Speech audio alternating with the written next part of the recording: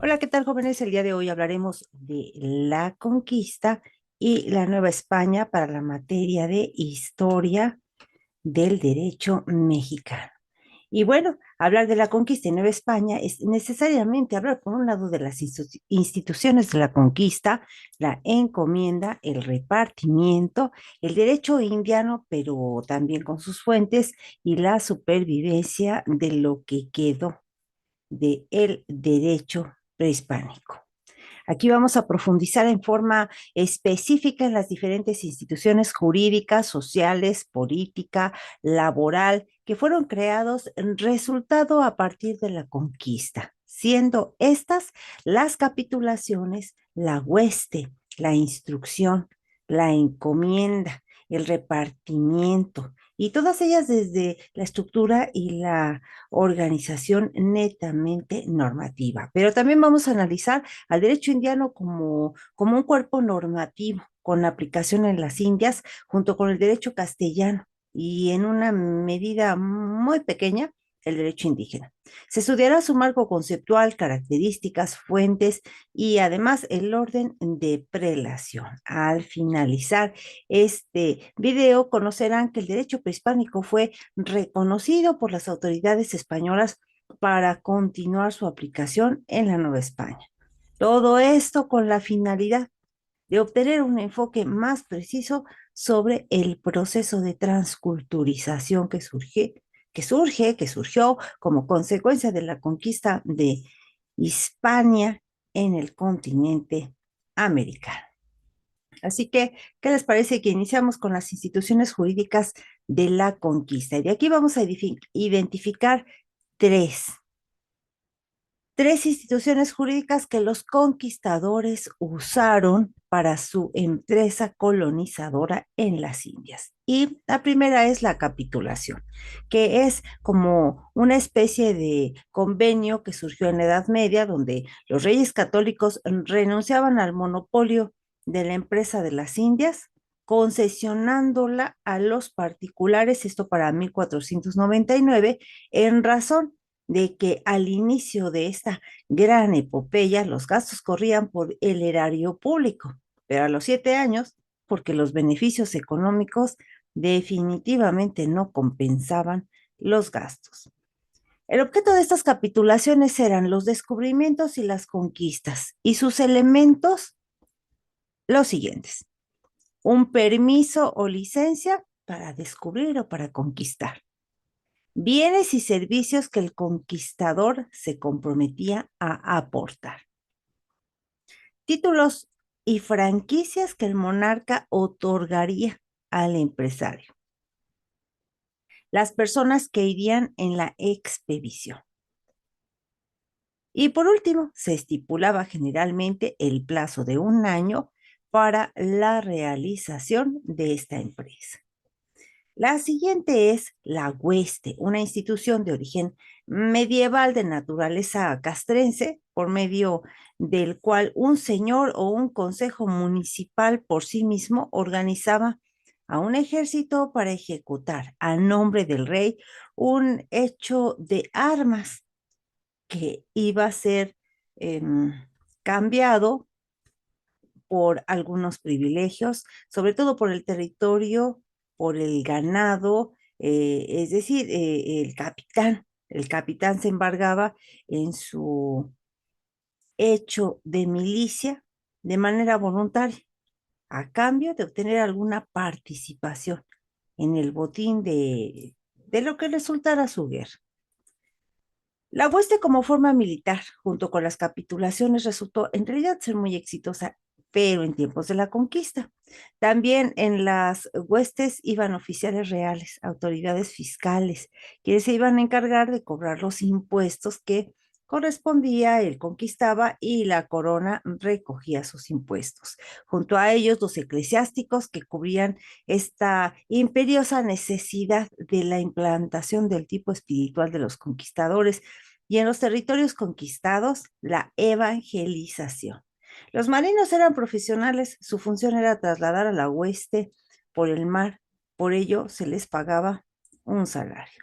Y por último, la tercera era la instrucción, que no se trataba más que de un documento que expedía la autoridad indiana, es decir, el Consejo de Indias, a una residencia en América, a donde se otorgaban las reglas a seguir por la expedición. Entre ellas, cuáles más o menos se manejaban, pues el tipo de actividad a realizar para lograr la hazaña, el comportamiento que debían guardar los expedicionarios, las facultades jurisdiccionales de las autoridades, como tomar la posesión de las tierras descubiertas, el trato a los indígenas, entre otras más.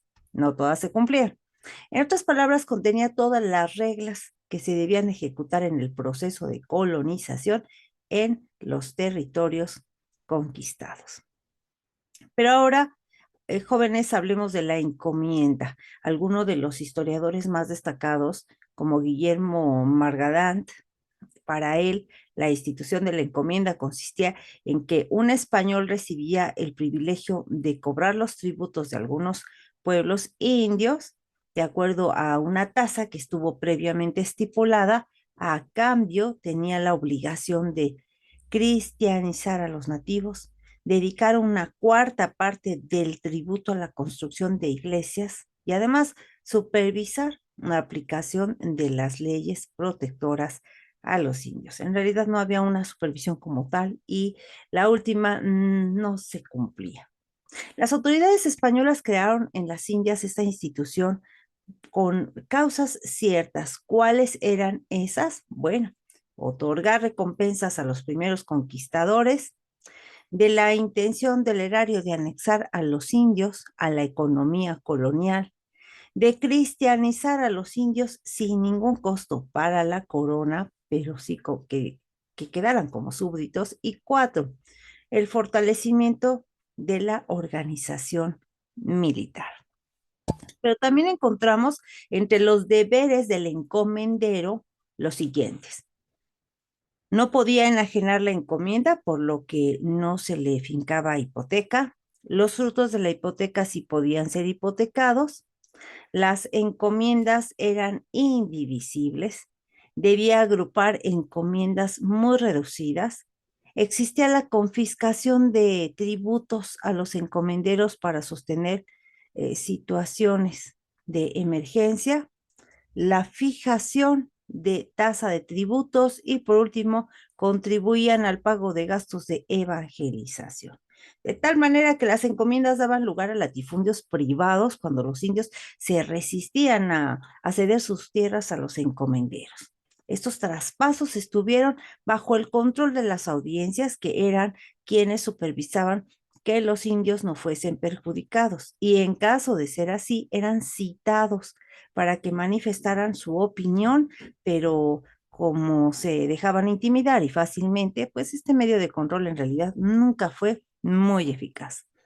El encomendero tenía que vivir en la encomienda, no se permitía su ausentismo, su ausencia, y en caso contrario, y si no hubiera quien lo cubriera, se consideraba a los indios libres de la encomienda y quedaban como vasallos directos de la corona. Ya para finales del siglo XVI, la encomienda ya tenía bajo su dominio a las 3/5 partes de los pueblos indios. Finalmente, por un decreto de noviembre de 1718, suprimió la economía, excepto por algunas que gozaban de ciertos privilegios y las concedidas al descendiente de Cortés. ¿Qué tal, jóvenes? Bueno, pues ahora vamos a hablar del repartimiento. El repartimiento es un sistema laboral de rotación donde los indios eran destinados a realizar ciertos servicios personales y además eran remunerados a los españoles. Asimismo, eran instruidos en las cosas de la fe, repartir a los indios entre los españoles, pero esto según el rango de cada uno de ellos. Por cada indio, el colonizador debía pagar 1 peso de oro cada año al fisco. Este sistema trajo como consecuencia el despoblamiento de las islas, por lo que se tuvo la necesidad de traer esclavos negros de África a América con lo que daba inicio la esclavitud en este continente. Los jueces del repartimiento eran pues la autoridad encargada de determinar qué trabajo debía realizar cada indio, servicio a la ciudad, labranza, minas, etcétera, y no se trataba de una esclavitud temporal, sino que los servicios eran rotativos, por lo que tenían derecho a recibir un salario adecuado. Los indios contaban con normas protectoras que evitaban que sus amos los esclavizaran. Para ello se prohíbe a los españoles que les fuera pagados salarios por adelantado a los indios, bajo pena de perder ese anticipo. Ya para 1575 la mano de obra india era cada vez más escasa debido pues, a las epidemias, a las exigencias del clero por construir grandes y lujosas iglesias, por lo que en 1609 se suaviza el sistema de repartimiento de indios con la introducción de la mita. Mediante sorteo, los caciques de cada población debían determinar cuáles indios no ocupados en el cultivo de sus propias tierras o en talleres artesanales debían prestar servicios, estos sí remunerados a los colonos, sin que el número total de indios mitayos pudiera pasar del 4%. Se crean normas protectoras para los indios que prestaban sus servicios también en las mitas. Pero hablemos ahora del derecho indiano y sus fuentes. En un primer momento, los reyes católicos pretendieron que en las Indias únicamente se aplicara el derecho castellano. Sin embargo, ante una nueva realidad social que se comenzaba a presentar, tuvieron que crear normas específicas para ir cubriendo estas necesidades de las tierras conquistadas.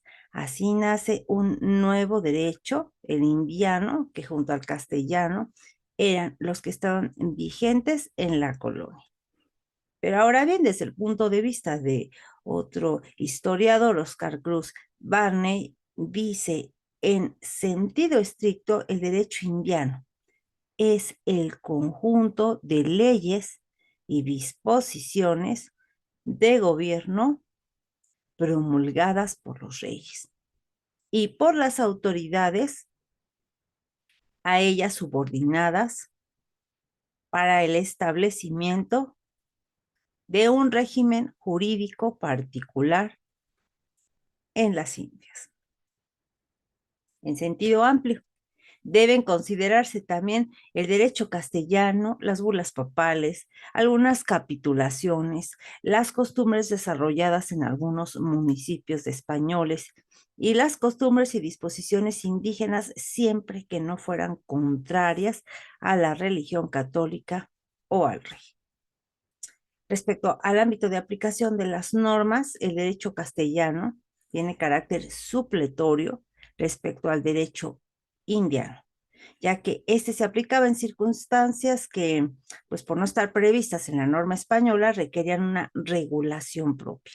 Así lo tenían que observar las autoridades, tanto los gobernadores como las justicias estaban obligados a reconocer el orden y forma de vida de los indígenas, también así como sus usos, costumbres, eh, siempre y cuando no fueran contrarios a la fe católica ni a los intereses de la corona.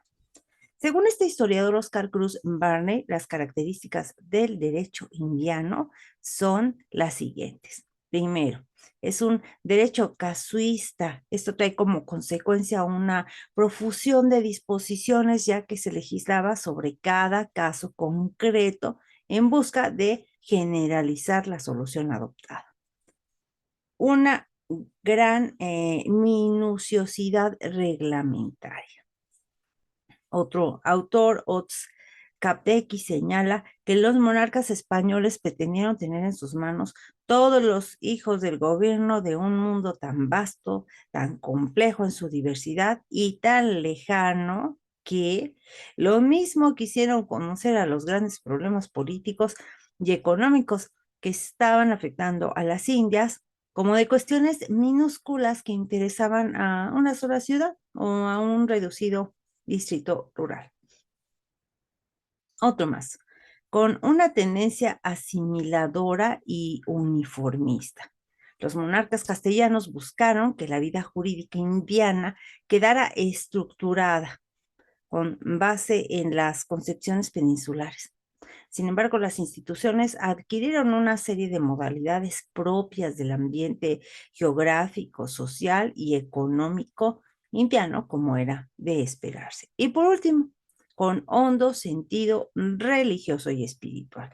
Dos fueron las preocupaciones fundamentales de los monarcas castellanos en la conquista y pacificación de las Indias: la conversión de los indígenas a la fe católica y al mismo tiempo la defensa de la religión. Las fuentes del derecho indiano están constituidas por una gran cantidad de cédulas reales, de órdenes reales, de provisiones reales, instrucciones, ordenanzas, etcétera, que pues tenían como objetivo regular las nuevas circunstancias que se presentaron en las Indias con la aplicación del derecho castellano. La abundancia de este cuerpo normativo se unificó en varias recopilaciones para facilitar su consulta y estudio. De aquí las fuentes legislativas. Pero las normas castellanas para las Indias, Cruz Barney hace una clasificación y es la que en este momento les presento. La primera, reales pragmáticas. No eran más que disposiciones emitidas por el rey que gozaban del mismo valor jurídico y autoridad que el de una ley votada en Cortes. Las reales cédulas, estas eran las más usuales y se integraban por un intitulatio, es decir, por un encabezado en donde se consigna el nombre del monarca junto con todos sus títulos, la dirección en donde se indica a quién está dirigida, prefacio en la que se exponen los motivos que dieron origen a esta disposición, una parte dispositiva que se inicia con la fórmula de ordeno y mando, si se dirigía a individuos, si se dirigía a corporaciones civiles o bien con ruego y encargo. Si estaba destinada a eclesiásticos, también incluía la pena, la data es decir, el día, mes, año en que la disposición se dictó, la firma del monarca que podía ser según el momento con estampilla y el refrendo del secretario, el sello de la Cancillería y rúbricas de los consejeros de Indias. Otro más, las reales provisiones, que estas estaban integradas con intitulatio, dirección, prefacción, parte dispositiva, pena, data, firma del monarca y refrendo del secretario, además de sello y rúbrica de los consejeros o camaristas de Indias. Una más, las reales ordenanzas, que eran similares a la provisión, pero diferían en su contenido, que este estaba dividido en capítulos u órdenes, por lo general referidas a una institución. Y por último, las reales instrucciones, que con ellas se detallaban cuáles eran las facultades o atribuciones de una autoridad en un tema determinado o de una corporación.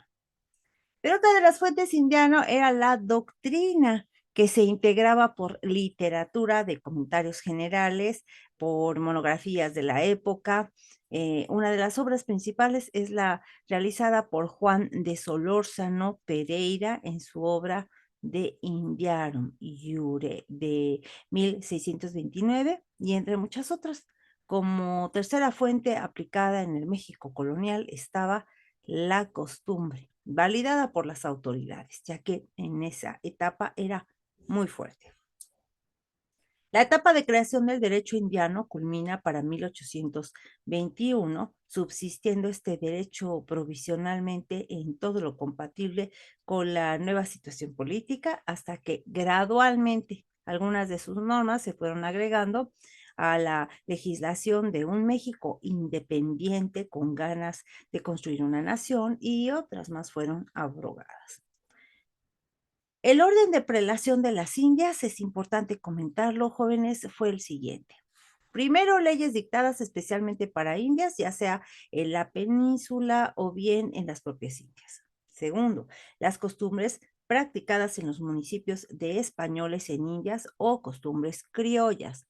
Tercero, las costumbres indígenas que no fueran en contra de la religión católica o de las normas castellanas o indianas. Cuatro, la novísima recopilación de 1605. Quinto, la nueva recopilación de 1567.